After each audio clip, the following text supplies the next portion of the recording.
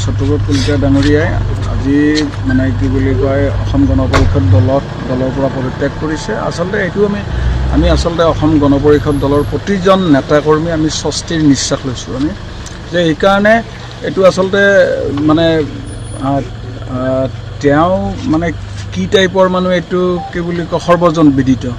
তেওঁ আচলতে প্ৰথমে কৰিলে অসম গণ পৰিষদ, তাৰপিছত কৰিলে ভাৰতীয় জনতা পাৰ্টি, তাৰপিছত কৰিলে কংগ্ৰেছ আৰু মানে গতিকে তেওঁৰ আচলতে এই মানে এটা দলৰ পৰা এটা দল অহা যোৱা কৰি থকাটো আচলতে তেওঁৰ এটা নিত্য নৈমিত্তিক এটা কি বুলি কয় ঘটনা, আচলতে তেওঁৰ এইটো স্বভাৱ।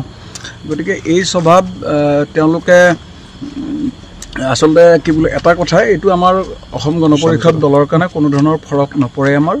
আৰু আচলতে সত্যব্ৰত কলিতা ডাঙৰীয়া এটা সময়ত সদৌ অসম ছাত্ৰ সন্থাৰ দৰে পবিত্ৰ মজিয়াখনৰ পৰা কিয় ওলাই আহিব লগা হ'ল, কি কাৰণত ওলাই আহিব লগা হ'ল, সেই কথাও সৰ্বজন বিদিত, চবেই জানে এই কথাটো। আচলতে যি সময়ত আপোনালোকৰ অগবদলত আছিল সেই সময়তো কোনো ধৰণে এনেকুৱা কথা ওলোৱা নাছিল, এতিয়া কি হয় যোৱাৰ লগে লগে বিস্ফোৰণ কৰিবলৈ চাওক, আজিৰ পৰা কিছুদিন আগত ছয়গাঁৱত যিটো ঘটনা ঘটি গৈছিলে সেই ঘটনাটোৰ লগত প্ৰত্যক্ষভাৱে কি বোলো সেই ঘটনাটোৰ লগত আপোনালোকে আটাই জানে মই জড়িত বা মই ভিক্টিমাইজ।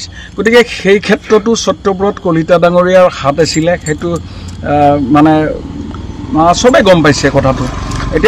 এতিয়া কথা হ'ল যে সত্যব্ৰত কলিতাই আচলতে তেওঁৰ যি ক্ষমতা লিপ্স, আচলতে তেওঁৰ কথাটো হ'ল যে মন্ত্ৰী বিধায়ক হোৱাটোৱে সৰ্বোচ্চ।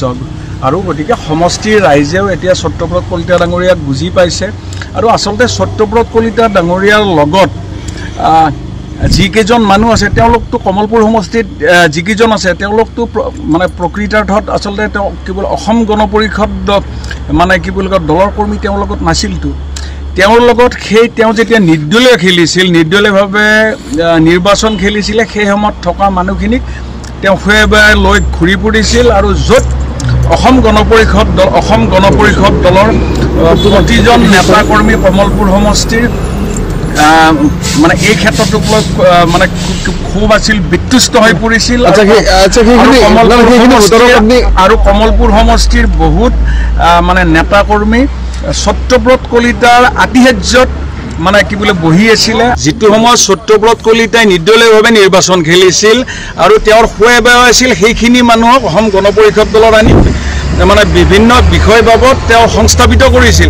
কিন্তু প্ৰকৃতাৰ্থত প্ৰয়াত নেতা মধুৰ ইছলাম বৰা বা তাৰ আগৰ পৰা যিখিনি অসম গণ পৰিষদ দলৰ লগত জড়িত আছিল সেই নেতাকৰ্মীসকল তেওঁৰ প্ৰতি বিতুষ্ট হৈ পৰিছিল। সত্যব্ৰত কলিতা ডাঙৰীয়া আচলতে তেওঁ কি বুলি কয় এই ডলাৰ বগৰীৰ দৰে কি বুলি কয় ঘূৰি ফুৰা এজন মানুহ তেওঁ। এতিয়া কথাটো কি হ'ল, অসম গণ পৰিষদ দলৰ সন্মানীয় সভাপতি অতুল বৰা ডাঙৰীয়া, কাৰ্যকৰী সভাপতি কেশৱ মহন্ত ডাঙৰীয়াৰ নেতৃত্বত আমাৰ কি বোলে পূৰ্বতকৈ যথেষ্ট দলটো শক্তিশালী হৈছে আৰু দলটো বহুখিনি আগবাঢ়ি গৈছে। মাজতো অসম গণ পৰিষদ দলৰ কিছু লেহেমীয়া গতি বা কিছু আমাৰ কি বোলে জুতি পৰিছিল। কিন্তু যেতিয়া অতুল বৰা ডাঙৰীয়া আৰু কেশৱ মহন্ত ডাঙৰীয়া যেতিয়া মানে দলৰ নেতৃত্বৰ দায়িত্ব ল'লে তেতিয়াৰ পৰা যথেষ্টখিনি আমাৰ ইম্প্ৰুভ হৈছে, ইনক্ৰিজ হৈছে। আৰু এতিয়া কথাটো হ'ল যে সত্যব্ৰত কলিতা ডাঙৰীয়া প্ৰসংগত সত্যব্ৰত কলিতা ডাঙৰীয়া আচলতে ডলাৰ, মই আকৌ এবাৰ কৈছোঁ, তেওঁ ডলাৰ বগৰী। আৰু তেওঁ আজি কংগ্ৰেছ, কালি বিজেপি, কালি কি বুলি কয় পৰহি তেওঁ মানে কি বুলি কয় AGP কৰি তেওঁৰ এটা কি বুলি কয় নিত্য নৈমিত্তিক এটা স্বভাৱ। আৰু তেওঁ সদৌ অসম ছাত্ৰ সন্থাৰ দৰে পবিত্ৰ মজিয়াৰ পৰা তেওঁ কিয় ওলাই আহিব লগা আছিল সেইটো সৰ্বজন বিদিত। চাওক, আমি কি বুলি মিত্ৰতাত আছোঁ আৰু কি বুলি কয় মিত্ৰতাত থকা সময়ত আমাৰ কি বুলি কয় সেই সময়ত ছিট শ্বেয়াৰিং হৈছিলে। আৰু সেই ছিট শ্বেয়াৰিঙৰ ফলত আমি কি বুলি কয় যিখিনি খেলিছিলোঁ আৰু সেইধৰণে আমাৰ মানে অসম গণ পৰিষদ দলৰ বিধায়ক জয়যুক্ত কি বুলি হৈ আছে। এইখিনি 2011 চনত অকলে নিৰ্বাচন খেলিছিল অকপাই না। চাওক, পৰিস্থিতি আৰু পৰিৱেশ, সেইটো পৰিস্থিতি আৰু কি বোলে পৰিৱেশৰ ওপৰত ডিপেণ্ড কৰে। এইখিনিয়ে কথা। তেতিয়া দৰ্শন এখন আছিলে না। চাওক, আজি ভাল সময় মাত্ৰ 9খন না চাওক, ডেফিনেটলি ভাল সময়।